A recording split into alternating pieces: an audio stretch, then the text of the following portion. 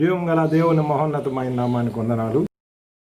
మరి గత కూడికి నుంచి కూడికి వరకు మనల్ని కాచి కాపాడిన దేవునికి వందనాలు. మీరు ఎంతోమంది మీ యొక్క సంతృప్తికరమైన ఫీడ్బ్యాక్ ఇస్తున్నందుకు కూడా వందనాలు. ప్రత్యేకమైన క్లుప్తమైన సందేశాల్లో మరి మీరు వింటున్నారు. దేవునికి మహిమ కలుగును గాక. ఈరోజు ఈ భూమి మీద నరుని యొక్క జీవిత కాలము ఎలా ఉంటుంది, భూమిపై నరుని యొక్క జీవన విధానము, మరణించిన తర్వాత పరిస్థితి ఏంటి, జీవించిన దినాల్లో మనం ఏ విధంగా ఉండాలి అనే విషయాల్ని వాక్యానుసారంగా ధ్యానించుకోవడానికి దేవాది దేవుడు అనుమతించాడని నేను నమ్ముతున్నాను. మరి కీర్తనల గ్రంథము 103వ అధ్యాయము 15-16 వచనాలు మనం చూసినట్లయితే, నరుని ఆయువు గడ్డి వంటిది, అడవి పువ్వు పూయినట్లు వాడు పూయును, దాని మీద గాలి వీచగా అది లేకపోవును, తర్వాత దాని చోటే దానికి తెలియదట. ఎందుకు నరుని ఆయువుని గడ్డితో పోల్చాడు? ఇంకేమీ లేదా పోల్చడానికి? ఎందుకంటే గడ్డి యొక్క విధానం ఏమిటంటే చాలా సింపుల్. ఏదైనా పశువు తింటే గడ్డి మాయమైంది, ఎవరైనా తొక్కేస్తే గడ్డి అణగద్రొక్కబడుతుంది. చాలా ఈజీ గడ్డిని కోయడం కూడా. భూమి మీద ఎవరన్నా ఈజీగా గడ్డిని కోయచ్చు. అందుకే మన యొక్క ఆయుష్ని దేవాది దేవుడు గడ్డితో పోల్చాడు. అలాంటి గడ్డి వంటి ఆయుష్ కలిగి ఉన్న మనము జీవము గల దేవుని ఏ విధంగా అర్థం చేసుకుంటున్నామో, ఆయన మాటల్ని మనం ఏ విధంగా లక్ష్య పెడుతున్నాం. నరుని ఆయువు గడ్డి వంటిది. గడ్డి చాలా అల్పమైన, చాలా తక్కువ ఖరీదైన అంశముగా ఈ లోకంలో తెలియజేయబడుతుంది. ప్రియ సహోదరి సహోదరుడ, కీర్తనకారుడు అంటాడు, ఏమంటాడంటే, యెహోవా నా అంతము ఎట్లుండినది, నా దినముల ప్రమాణం ఎంతైనది నాకు తెలుపుము, నా ఆయువు ఎంత అల్పమైనదో నేను తెలుసుకొనగోరుచున్నాను. కీర్తనల గ్రంథం 39వ అధ్యాయము 4వ వచనం. నా ఆయువు ఎంత అల్పమైనదో నేను తెలుసుకొనగోరుచు. కీర్తనాకారుడు అంత మహానుభావుడే తన ఆయువు ఎంత అల్పమైందో తెలుసుకోవాలని ఆసక్తిగా ఉన్నాడు. మరి నీవు నేను ఎంత? దేవునితో చక్కని తత్సంబంధాలు కలిగిన ఒక మంచి విశ్వాసే నా ఆయువు ఎంత అల్పమైందో తెలుసుకొని కోరుచున్నా అంటే తెలియని విషయాన్ని తెలుసుకొని కోరుచున్నాను. నీవు నేను ఎంత? మన ఆయువు విలువెంత? నరుని ఆయువు గడ్డి వంటిది. ఈ ప్రత్యేకమైన దినాల్లో ఫలానా వ్యక్తి కరోనా వచ్చిందట అంటున్నాం, చూడడానికి వెళ్ళడానికి లేదు, ఫోన్ ద్వారా పరామర్శిస్తున్నాం, సీరియస్ అంటున్నారు, తర్వాత చనిపోయాడు అంటున్నారు. ఓ మనిషిని పరామర్శించడానికి లేదు. ఒక మనిషి చనిపోయిన తర్వాత ఆ యొక్క అంతిమ సంస్కారాన్ని కూడా పాలు పంచుకోవడానికి అవకాశం లేని పరిస్థితి. ప్రభుత్వ ఉత్తర్వులు ఉన్నాయి, ఎక్కువ మంది గుమిగూడకూడదు. ఎంత దౌర్భాగ్యమైన స్థితి అండి. నరుని ఆయువు గడ్డి వంటిది. ధనికులు, పేదవాళ్ళు, మధ్యతరగతి వారు, కులం, మతం భేదం లేకుండా ఈ యొక్క మహమ్మారి ప్రతి ఒక్కరిని చుట్టబెట్టాలని ప్రయత్నిస్తాం. నరుని ఆయువు గడ్డి వంటిది. ప్రియ సహోదరి సహోదరుడా, జీవం గల దేవుడు ముందుగానే రాబోయే పరిస్థితులు బట్టి వాక్యాన్ని సిద్ధపరిచాడు అనిపిస్తుంది. మరి గడ్డి వంటి ఆయువును కలిగి ఉన్నాం. ఎలాంటి సిద్ధపాటుతో ఉన్నాం? పర్వాలేదు, బ్రతికేస్తాం, ఇంకా టైం ఉంది అనుకుంటున్నామేమో. గడ్డి వంటిది. గడ్డికే తెలీదు ఎప్పుడు కోయబడుతుందో, ఎప్పుడు త్రొక్కబడుతుందో, ఎప్పుడు ఎండిపోతుందో. ఎండితే ఎండిగడ్డి అంటారు, పచ్చిగా ఉంటే పచ్చగడ్డి అంటారు. అంతే కదా. ప్రియ సహోదరి సహోదరుడా, కరోనాని తప్పించుకోవడానికి రేపో మాపో వ్యాక్సిన్ రావచ్చు. దేవుని ఉగ్రతని తప్పించుకోవడానికి నీవెప్పటికి సిద్ధపడుతున్నావు? నువ్వు జాగ్రత్తగా గమనించవలసి ఉంది. ఒక ఆయన అంటున్నాడట, తనకి భయంకరమైన రోగం వచ్చింది, డాక్టర్లు చెప్పేశారు మీరు ఎంతో కాలం బతకరని. రాసుకున్నాడు ఆ డైరీలో. సంఘానికి ఒక లేఖ రాశాడు పాస్టర్ గారికి, నేను రేపో మాపు చచ్చిపోతున్నాను కదా అని. ఏం రాసుకున్నాడంటే, విడువబడిన నా కుటుంబ సభ్యులకు ఆదరణ కూడిక, కూడి వచ్చిన సంఘస్థులందరికీ సిద్ధపాటు కూడిక, బయటనున్న వారికి ఇది హెచ్చరికతో కూడిన కూడిక అవ్వాలి. అలా జరిపించండి నా యొక్క ఆదరణ కూడిక, నా కూటమి అని సెలవిచ్చాడట. ప్రియ సహోదరి సహోదరుడా, ఈ లోకంలో మనం ఎంతకాలం ఉంటామో మనకు తెలియదు. బట్ బ్రతికినంత కాలము ఆయనకి సాక్షులుగా ఈ లోకంలో బ్రతకాలి. మరణం తర్వాత మనం ఏమవుతాం? ఇప్పుడు ఉన్నంతసేపు బాగానే ఉంటుంది. తుది శ్వాస విడిచే ముందు క్షణం వరకు అవకాశాలు వస్తూనే ఉంటాయి. చనిపోయిన తర్వాత నీకు ఎవరు అవకాశం ఇస్తారు? దయచేసి మనము గమనించవలసి ఉంది. ప్రియ సహోదరి సహోదరుడా, ధనవంతుడు లాజరు గురించి తెలుస్తుంది. ధనవంతుడు లాజరు గురించి మనం తెలుసుకున్నాం. ప్రియ సహోదరి సహోదరుడా, మరి ఆ యొక్క ధనవంతుడు బ్రతికి ఉన్నంతకాలం దేవుని చిత్తాన్ని లక్ష్య పెట్టలేదు. చనిపోయిన తర్వాత భయంకరమైన దాహంతో ఉన్నాడు. బ్రతికున్నంతకాలం ఎంత మంచి మంచి పండ్ల రసాలు తాగుండొచ్చు, ఎంత మద్యపానం సేవించాడో మనకు తెలియదు. కానీ గొంతు ఎండిపోతుంటే లాజరు వేలి కొనని ముంచి ఒక చుక్క నా గొంతులో వేయండి అన్నాడు. అవకాశం లేదు. ఏమైపోయింది నీ ధనం? ఏమైపోయింది నీ సంపాదన?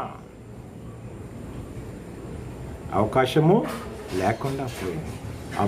మరి లాజరు ఎక్కడికి వెళ్ళాడు? అబ్రహాము రొమ్మున ఆనుకున్నాడు. ఈ సహోదరి సహోదరుడా, ఈ లోక భోగభాగ్యాలతో ఉన్న మనం చనిపోయిన తర్వాత ఎక్కడికి వెళ్తాం? మన పరిస్థితి ఏంటి? మన సిద్ధపాటు ఇప్పుడు ఎలా ఉంది?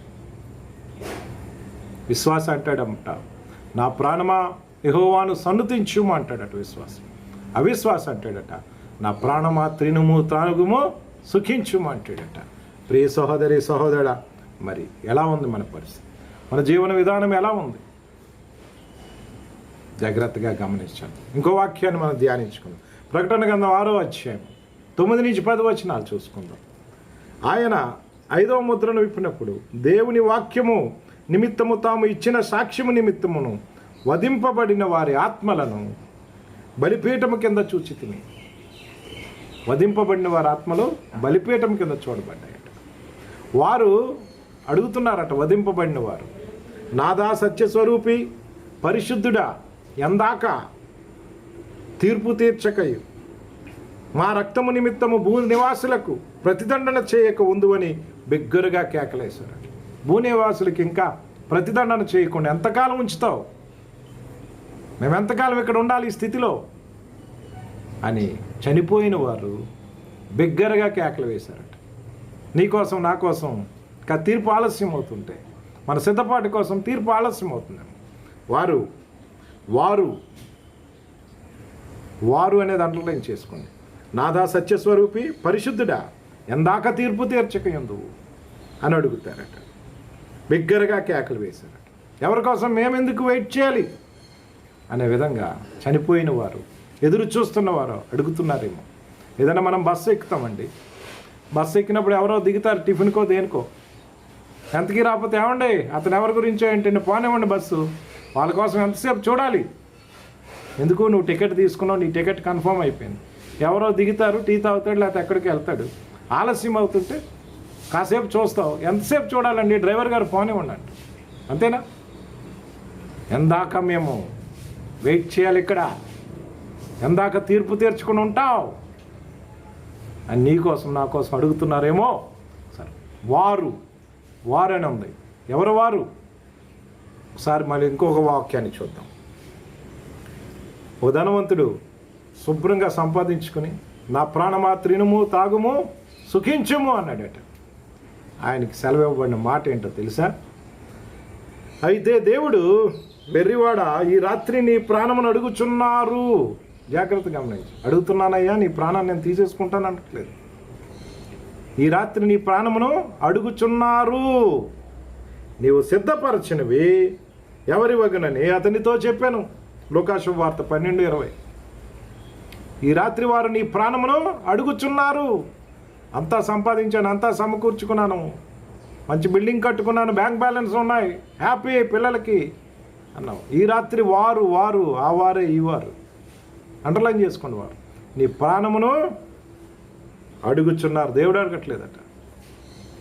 చూసుకో ప్రియ సహోదరి సహోదరి, నాదా సత్యస్వరూపి పరిశుద్ధుడా, ఎందాక తీర్పు తీర్చకయు మానే రక్తము నిమిత్తము భూనివాసులకు ప్రతిదండన చేయకు ఉందువని బిగ్గరగా కేకవేసి నీకోసం తీర్పు లేట్ అయితే అడుగుతున్నారు. ఒకసారి మనం గమనించాలి ప్రియ సహోదరి సహోదరుడా, నీ విశ్వాసం ఏ స్థాయిలో ఉంది? నీ విశ్వాసం ఈ భూమి మీద ఎలాంటి సాక్ష్యాన్ని కలిగి ఉంది? నువ్వు చనిపోయే ముందు ఎలాంటి సాక్ష్యంతో ఈ లోకాన్ని విడిచి వెళ్తున్నావు? సరిగ్గా ఈ లోకంలో లేకపోతే నరుని ఆయువు గడ్డి వంటిది. ఎంతకాలం బ్రతుకుతామో తెలీదు. సడన్గా పిలుపు వస్తే మన స్థితి ఏంటి? ఈ లోకంలో ఉన్నప్పుడు నీ సాక్ష్యం ఏ స్థితిలో ఉంది? ఇక్కడ చూసారా, హెబ్రీలకు రాసిన పత్రిక 11వ అధ్యాయం 31లో విశ్వాసమును బట్టి రాహాబును వేశ్య వేగుల వారిని సమాధానముగా చేర్చుకొనందున అవిధేయులతో పాటు నశింపకపోయెను. చూసారా, విశ్వాసం బట్టి తెగించింది, ధైర్యం తెచ్చుకుంది, దేవుని కోసం త్యాగం చేసింది, మంచి సాక్ష్యాన్ని. అవిధేయులతో పాటు నశింపకపోయాను. నువ్వు ఎవరితో పాటు నశిస్తున్నావు? అవిధేయులతో పాటు నశిస్తున్నావా? దేవునికి విధేయుడిగా ఈ లోకం నుంచి మరి నిష్క్రమిస్తున్నావా? ఒక్కసారి నువ్వు గమనించాలి ప్రియ సహోదరి సహోదరా. మరి ఆయన అంజూరపు చెట్టును చూస్తాడు, అంజూరపు చెట్టుని శపిస్తాడు. ఎందుకు? దూరం నుంచి చూసాడట, పచ్చగా ఉందట, కాయలు తిందాం చూద్దామని వెళ్ళాడు, ఆకులు తప్ప ఏమీ లేవు. ఏం చేశాడు? శపించాడు. అయిపోయింది, దాని చాప్టర్ క్లోజ్. ఏంటి ఆకులు ఏంటి, పండ్లు ఏంటి? చాలామంది అంటారు, అక్కడ రాయబడి ఉంది కదండి అయ్యగారు, అది అంజూరపు చెట్లు పండ్లు కాయు కాలము కాదు అని రాయబడి ఉంది కదా అంటారు. అవును, అంజూరపు చెట్లు పండు కాయు కాలము కాదైనా శపించాడు. ఒక దగ్గర రాయబడి ఉంటుంది చూడండి,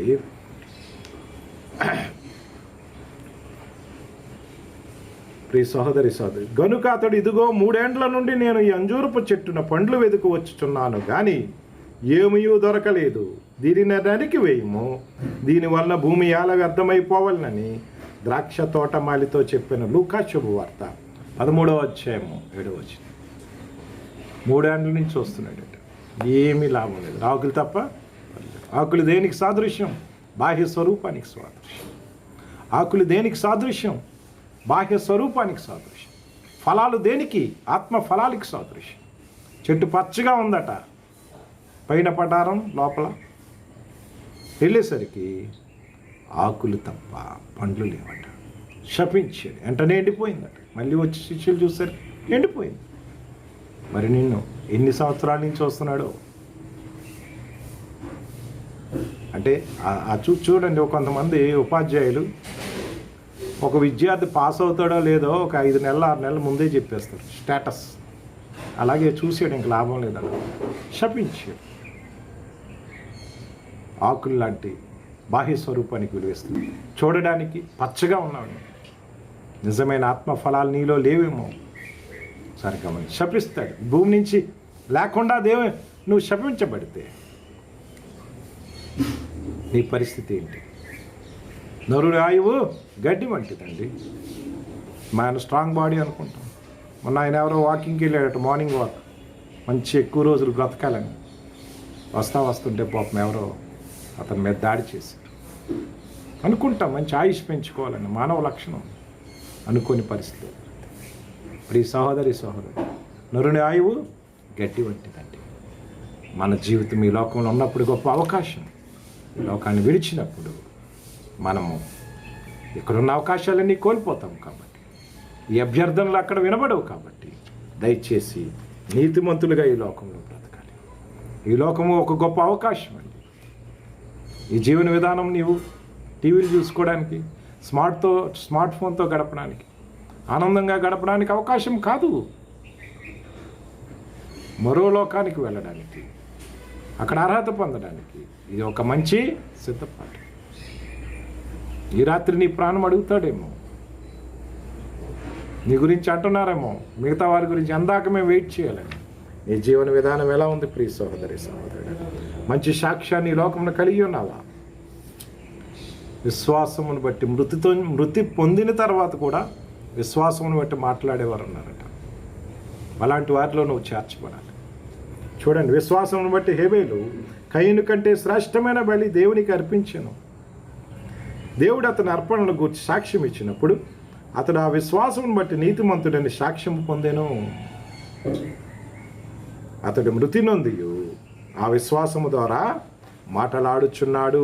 ప్రియ సహోదరి సహోదరుడా, మరి మనం ఆయన మృతి నొందియు విశ్వాసము ద్వారా మరి మాట్లాడుతాం. గడ్డి పువ్వు లాంటి జీవితాన్ని రండి మనది. సరిగ్గా గాలి విసిరితే దాని చోట అది ఎరగదట. అలాంటి జీవితం కలకాలం బ్రతికేద్దాం, నీ లోకంలో ఎంతో కాలం బ్రతకొచ్చు అనుకోవచ్చు. నువ్వు నీ ఆలోచన వేరు, ఆయన ఆలోచన వేరు. ప్రియ సహోదరి సహోదరుడా, మరి నీ జీవన విధానం ఎలా ఉంది? నీ యొక్క మరి ఆధ్యాత్మిక జీవితం ఎలా ఉంది? నరుని ఆయువు గడ్డి వంటి. ఈ మధ్యన యువకులు యవనస్తులు చాలా స్పీడ్గా వెళ్తుంటారు. ఒక కుర్రవాడు బండి మీద వెళ్ళిపోతున్నాడట. వెళ్ళిపోతుంటే రోడ్డు ఖాళీగా ఉంది. మొట్టమొదట గంటకి 50 కిలోమీటర్ల స్పీడ్లో వెళ్తున్నాడట. వెళ్తూ పాడుకుంటున్నాడు. యూత్ కుర్రవాడు కదా. నేను వెళ్ళే మార్గము నా యేసుకే తెలియును అని పాడుకుంటూ వెళ్తున్నాడు. ఇంకా రోడ్డు ఖాళీగా ఉంది కదా, స్పీడ్ పెంచాలనిపించింది. గంటకి 70 కిలోమీటర్ల వేగాన్ని పెంచాడట. అప్పుడు పాట పాడుతున్నాడట. ఇదిగో దేవా నా జీవితం, ఆపాద మస్తకం నీకంకితం అని. ఇంకా రోడ్డు బాగా ఉంది. గంటకి 100 కిలోమీటర్ల వేగంతో వెళ్ళాలనుకున్నాడు. వెళ్తున్నాడు. రీ సహోదరి సహోదరు, బ్రేక్ ఫెయిల్యూర్ అయిందన్నప్పుడే గమనించాడు. పాడుతున్నాడట. పరదేశులము ప్రియులారా పురమొకటి ఉన్నది అక్కడ. 3 రకాల పాటలు చూడాలి. నీ స్పీడ్ ఎంత స్పీడ్లో ఉన్నావో జాగ్రత్తగా గమనించు. నీ సహోదరి సహోదరు, ఈ లోకంలో సాక్షిగా బ్రతుకుతున్న నీవు నీ ఆయువు గడ్డి వంటిదని గమనించు. క్రీస్తు కోసం సాక్షిగా బ్రతుకు. ఈ అవకాశాన్ని కోల్పోతే ధనవంతుడిలా అక్కడికి వెళ్ళి ఏవో అభ్యర్థిద్దామంటే మాత్రమో ఆయన అంటాడు ధనవంతుడు, భూలోకంలో నా బంధువులు ఉన్నారు, ఒక్కరోజు అవకాశం ఏమి వెళ్ళి వాళ్ళకి ఇక్కడ ఎంత భయంకరమైన కనీసం గొంతు కాలిపోతుంటే ఒక్క చుక్క నీరు కూడా లేని దౌర్భాగ్య స్థితి ఇక్కడ ఉంది అని వాళ్ళకి చెప్తాను. ఒక్క అవకాశం నా బంధువులకు చెప్పొస్తాను, నేను ఎలాగా నాశనం అయిపోయాను, వాళ్ళకి తెలియట్లేదని అక్కడి నుంచి అక్కడికి వెళ్ళడానికి అవకాశం అడుగుతాడు. నా తండ్రి అయిన అబ్రహామా అంటాడు. అంటే అబ్రహాంని తండ్రిగా అంగీకరించాడు. జీవంగల దేవుని నమ్ముకున్నాడు. కానీ ఈ లోకంలో సరైన విధానంలో జీవించు. విశ్వాసం ఉంటే సరిపోదు. దెయ్యాలు కూడా విశ్వసిస్తున్నాయండి. దెయ్యాలకు విశ్వాసం లేదా? కేవలం విశ్వాసం ఉంటే దెయ్యానికి నీకు తేడా లేదు. నా తండ్రి అయిన అబ్రహామా అన్నాడు. అబ్రహాం తండ్రిగా అంగీకరించాడు. భూలోకంలో ఉన్నప్పుడు అంగీకరించాడు. ఉపయోగం ఏముందండి? సరైన జీవితం జీవించాలి. వెళ్ళి అక్కడికి వెళ్ళి వాళ్ళకి చెప్తాడట. వాళ్ళట చనిపోయే ముందు మారతారట. అప్పుడు అంటాడు, అక్కడ బోధకులు లేరా, అక్కడ చెప్పేవాళ్ళు లేరా, అక్కడ దివ్య గ్రంథం లేదా, పరిశుద్ధ గ్రంథం లేదా, అక్కడ వాక్యం వినబడట్లేదా, నువ్వు వెళ్ళి ఏం చెప్తావు?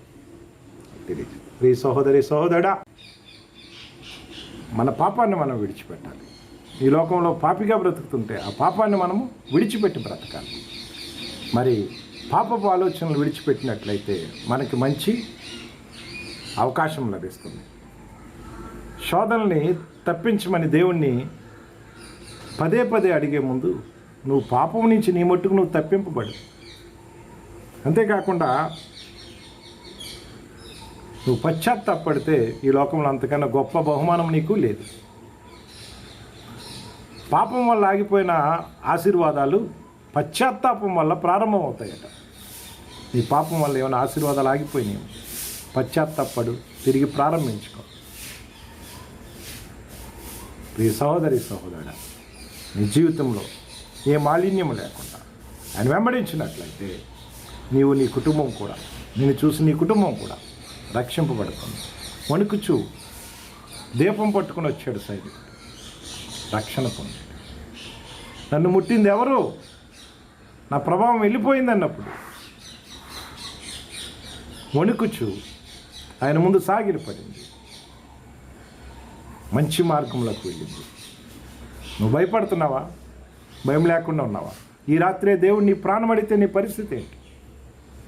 నన్ను ఆయువు గడ్డి వంటిది కదా, గడ్డి వంటి జీవితం ఎంతసేపు ఉంటుంది? దయచేసి నువ్వు గమనించాలి. ఈ రాత్రి నీ ప్రాణం అడిగే పరిస్థితి వస్తే నీ సిద్ధపాటు ఎలా ఉంది? గడ్డి పువ్వు వంటి జీవితము కలిగి ఉన్న మనము ఈ లోకంలో ఎంతకాలం బ్రతుకుతామో మనకు తెలియదు. కనుక బ్రతికినంత కాలము ఆయన సాక్షిగా మనల్ని మనం సరిదిద్దుకుంటూ, మన జీవితాలు సరిదిద్దుకుంటూ, సత్య మార్గాన్ని అన్వేషిస్తూ,